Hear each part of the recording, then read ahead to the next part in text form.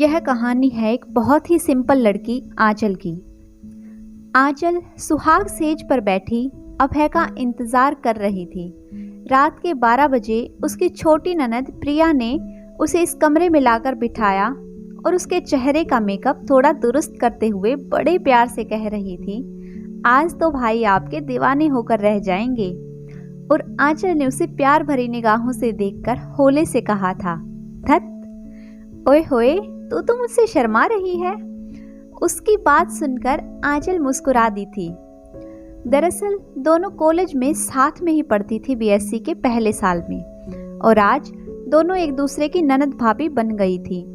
दोनों बातें ही कर रही थी कि प्रिया को उसकी माँ ने आवाज दी और वह थोड़ी देर में आती हूँ बोलकर चली गई। प्रिया के जाने के बाद आंचल अपने कमरे का जायजा लेने लग गई। TV, fridge, washing machine, AC और भी बहुत कुछ सारा दहेज का सामान भरा हुआ था कमरे में। उसके दोनों भाई और पापा जान छिड़कते थे आंचल पर। हर चीज बढ़िया से बढ़िया खरीद कर लाए थे आंचल के दहेज के लिए। दोनों भाभियों की भी वह दुलारी ननद थी। उन दोनों ने ही आंचल के ससुराल वालों के लिए कपड़े और गहनों की खरीदारी की थी। आंचल की माँ तो उसकी शादी के नाम से बिल्कुल आधी हो गई थी। सबको याद करके आंचल की आंखें भर आई तो उसने खुद को धोखा दिया। मैं भी ना, कौन सा मीलों दूर हूँ, पापा का घर इसी शहर में तो है।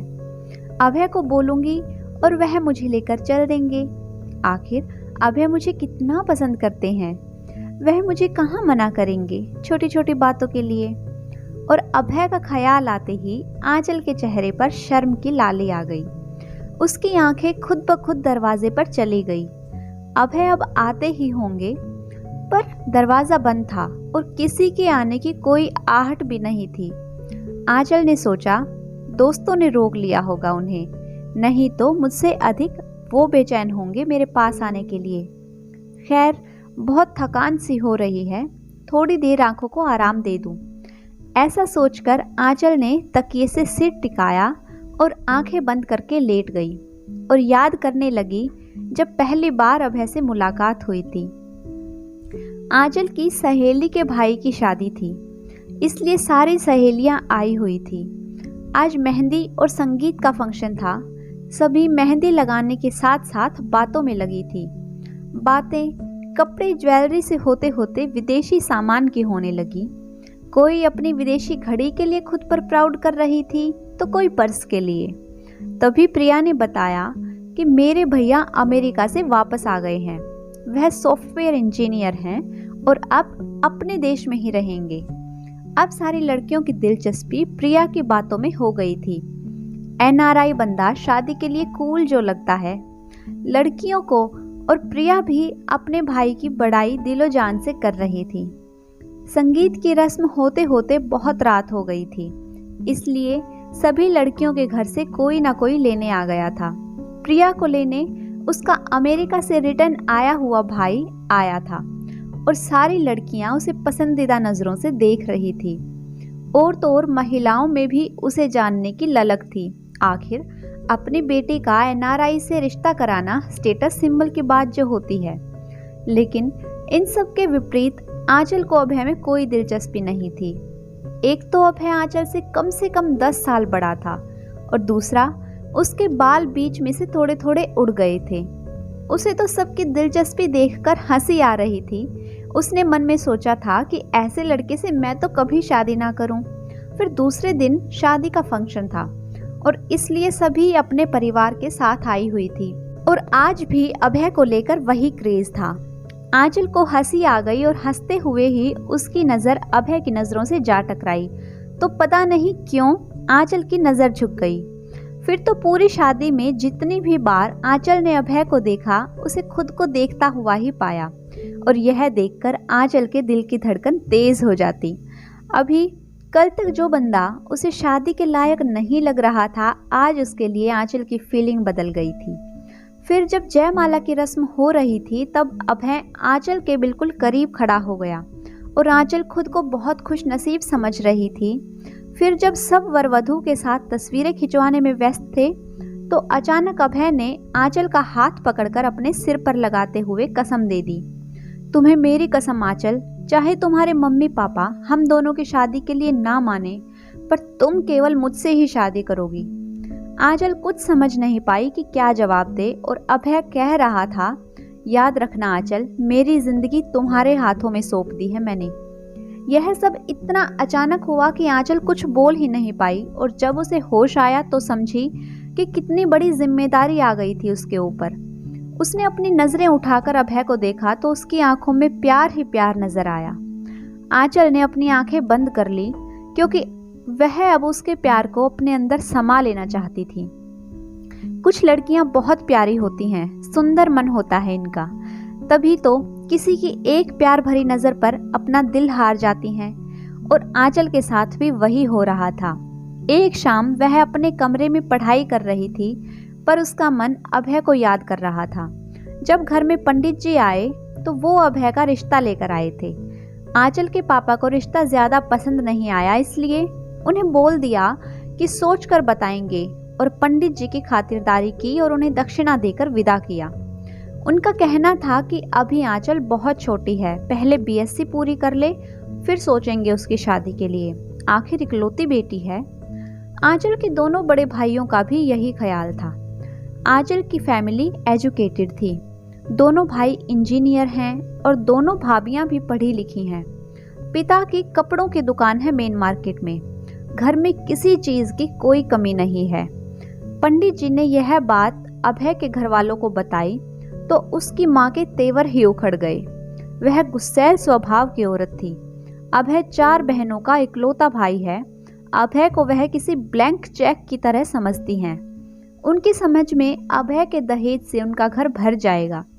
वह बेहद बेरुखी के साथ कह रही थी कि पिद्दी सी लड़की में तुझे क्या नजर आ गया, सज सवर कर फंसा लिया मैं उसने मेरे बेटे को। और तीनों बड़ी बहनें भी अपने भाई के लिए अपनी पसंद की लड़की ढूंढकर लाना चाहती थी। उनके भी सारे ख्वाब चूर चूर हो गए थे। प्रिया को समझ नहीं आ रहा था कि ऐसी स्थिति में वह क्या करे। उसे अपनी सहेली बहुत पसंद थी, हर लिहाज से। आंचल खूबसूरत तो थी ही, बहुत अच्छे स्वभाव की भी थी। जब उसने दूसरे दिन बातों ही बातों में आंचल के भाइयों की नौकरी के बारे में अपनी माँ को बताया, और यह भी कि दोनों भाई अपनी इकलौती बहन को कितना प्यार करते हैं, पर उन्हें इस बात से कोई खास फर्क नहीं पड़ा, तो प्रिया ने सबको उनके हाल पर ही छोड़ दिया। यहाँ अभय आंचल से शादी करने की जिद कर बैठा था। आंचल अपने पिता और भाई के इनकार करने के बाद अपनी पढ़ाई पर ध्यान देने लगती है। हालांकि दिल में अभय की मोहब्बत जड़ बना चुकी थी। रह रहकर उसे अभय की आंखों में अपने लिए बेशुमार प्यार याद आता, और उसकी दी हुई कसम भी। वह मन ही मन अपने और अभय के साथ की दुआएं मांगा करती थी। वह एक दिन कॉलेज से घर आती है तो अपनी मम्मी को परेशान हॉल में बैठा देखती है। वह जल्दी से हाथ मुंह धोकर उनके पास आकर बैठ जाती है और पूछती है कि आखिर वह परेशान क्यों है। बहुत पूछने पर उन्होंने बताया कि मोहल्ले की औरतें आंचल और अभय के बारे में बातें कर रही हैं कि दोनों में कुछ चक्कर चल रहा है। आंचल यह सब सुनकर हैरत में पड़ गई, सोचने लगी कि ऐसा कैसे हो सकता है कि लोग मेरे बारे में ऐसी बातें करने लगे, जबकि अभय से शादी के फंक्शन के बाद उससे कहीं मैं मिली तक नहीं। फिर आंचल की बड़ी भाभी ने भी उन्हें समझाया कि आप अपनी बेटी पर यकीन करें, लोग तो बातें बनाने में माहिर होते हैं। तो वह थोड़ा संभल गई कि आंचल उनकी अपनी बेटी, अपना मान जो है। फिर सबने साथ में खाना खाया।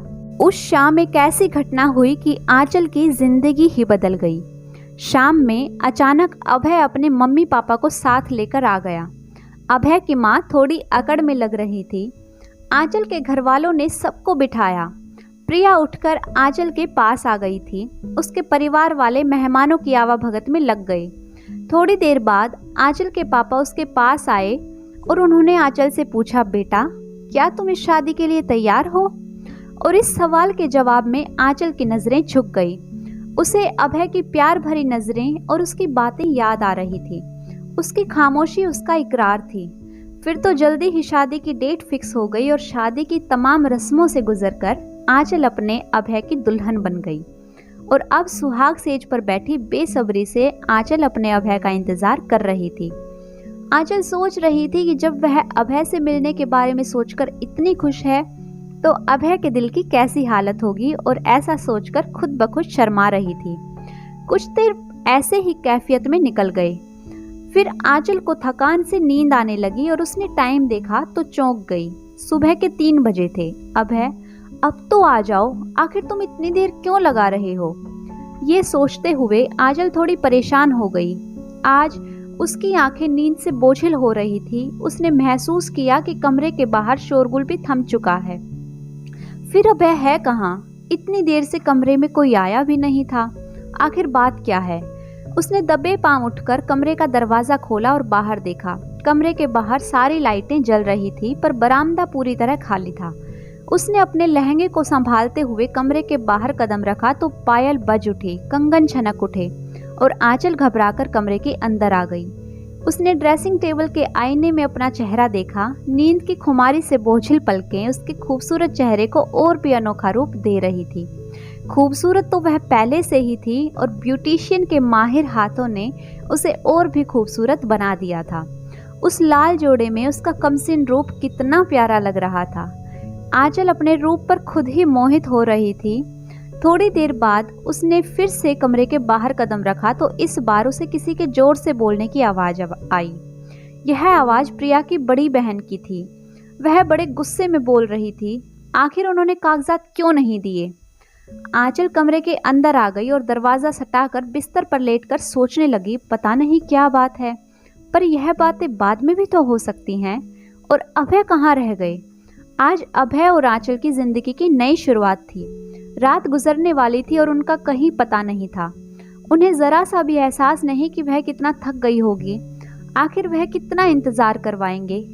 कहाँ तो आंचल ने सोचा था कि आज अभय उससे मिलने को बेचैन होंगे, उनकी खुशी का ठिकाना नहीं होगा और वह अपने सारे दोस्तों से जान छुड़ाकर आंचल के पास दौड़े चले आएंगे। मगर रात तो गुजरती जा रही थी, और अगर यह रात गुजर गई तो कभी लौट कर नहीं आएगी। यह अरमानों भरी रात खाली जा रही थी। उसे अपनी नाकदरी पर रोना आ गया। उसका दिल आंसुओं से भर गया था। उसने एक बार फिर से बरामदे में झांक कर देखा। जब कोई नजर नहीं आया तो जिस ओर से अभय की बहनों की आवाज आ रही थी वह उधर ही चल दी। उसे एक छोटी बच्ची नजर आई तो उसने उसे अपने पास बुलाया और पूछा, अभय जी कहाँ हैं? क्या वह जानती है? जी, वह सबके साथ उस कमरे में है, उस बच्ची ने इशारे से बताया। क्या कर रहे हैं सब? जी, सब लोग दहेज का सामान देख रहे हैं। आंचल ने सुना तो उसके दिल के टुकड़े हो गए। उससे ज्यादा अहमियत तो उसके साथ आए बेजान सामान की थी, जिसे सब जाकर देख रहे थे। लेकिन क्या यह सब सुबह नहीं देखा जा सकता था? और अभय भी? सदमे से उसका दिल जैसे बुझ गया। दुल्हन से ज्यादा बेजान चीजों की अहमियत थी। दुल्हन की कोई औकात नहीं थी। शादी के पहले ही दिन कैसा आईना दिखाया था अभय ने। उसकी आंखों में आंसू आ गए। वह धीरे धीरे चलती हुई वापस कमरे में आ गई थी। छोटी बच्ची पूछ रही थी, दुल्हन भाभी आप कुछ लेंगी? हाँ, पानी ले आओ। और जब वह पानी लेकर आई तो आंचल ने एक ही बार में पूरा गिलास खाली कर दिया। बच्ची पूछ रही थी, और पानी ले आऊं? नहीं बेटा, तुम जाओ, आंचल ने जबरदस्ती मुस्कुराते हुए कहा। आंचल सोच रही थी यह कैसी शादी है। मुंह दिखाई में किसी ने कुछ नहीं दिया, किसी ने कमरे में झांक कर नहीं देखा। चलो कोई नहीं आया ना सही, पर अभय? आंचल ने देखा कि उसके कमरे में दूध, फल या मिठाई तो छोड़ो, पानी का जग और गिलास तक नहीं था। यह कमरा जो कुछ दिन पहले उसके घर वालों ने ही फर्निश्ड किया था और जहां हर चीज उसके दहेज की थी। बड़े भैया ने उससे पूछकर सारी चीजें खरीदी थी। 3:30 बजे के बाद वह उठी और अपने जेवर उतारने लगी। अभी उसने अपनी पायल उतारी थी कि अभय आ गया और आंचल के हाथ रुक गए। आंचल के चेहरे पर इतना दुख था कि वह शर्मिंदा हो गया। सॉरी आंचल, मुझे देर हो गई और तुम्हें इंतजार करना पड़ा। आंचल का दिल किया पूछे कि आप कहाँ थे, क्या कर रहे थे, मगर वह चुप रही। अभय ने उसका हाथ थामकर उसे बेड पर बिठाया और उसके करीब बैठ गया। सारी रात तो गुजर गई थी। आंचल का मन किया तकिए पर सिर रखकर गहरी नींद सो जाए, इतनी गहरी कि कुछ याद ना रहे। अभय ने उसका हाथ थामकर बहुत प्यार से कहा, आंचल तुम बहुत खूबसूरत लग रही हो, मुझे माफ कर दो, मुझे आने में देर हो गई। आंचल के मन में हजारों ख्याल चल रहे थे। क्या आंचल अभय को माफ कर पाएगी? क्या अभय और आंचल के जीवन की शुरुआत वैसे ही हो पाएगी जैसा आंचल ने सपने सजाए थे? यह सब जानेंगे अगले भाग में। अगर आपको कहानी पसंद आई है तो वीडियो को लाइक कीजिए, शेयर कीजिए। साथ ही अगर आपने चैनल को सब्सक्राइब नहीं किया है तो चैनल को जल्दी से सब्सक्राइब कर लें। Thanks for watching.